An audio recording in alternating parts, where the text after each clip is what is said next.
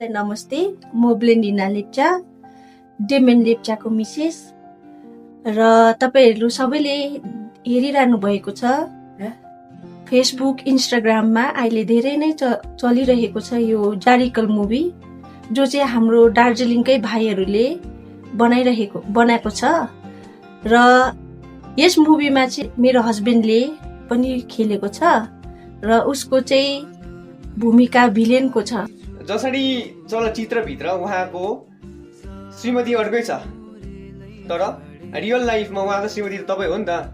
अब नेचुरली हेर्नु हो भने अलिकति डाहा लाग्ने, अलिकति रिस हुने हुन्छ होइन। तपाईँलाई उहाँको अर्को श्रीमती हुँदाखेरि अलिकति कस्तो खालको फिलिङ भएको छैन?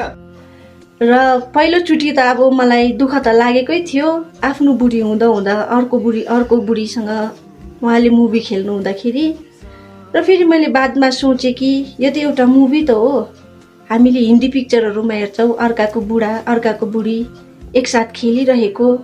र मैले पनि एकछिनमा बादमा रियलाइज गरेँ कि होसो मेरो हस्बेन्डले खेलोस् मुभी, उसले यो पहिलोचोटि चान्स पाएको भनेर।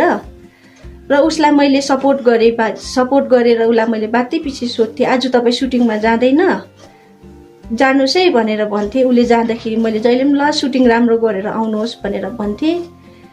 र अब यसरी पिक्चर खेल्नु पाउँदाखेरि चाहिँ मलाई पनि खुसी लागेको छ र यो पिक्चर चाहिँ राम्रोसँग चल्नेछ भन्ने म आशा पनि राख्दैछु। अनि तपाईँले पनि हेरिदिनुहुन्छ भन्ने विश्वास गर्दै तपाईँलाई धन्यवाद दिँदैछु। धन्यवाद।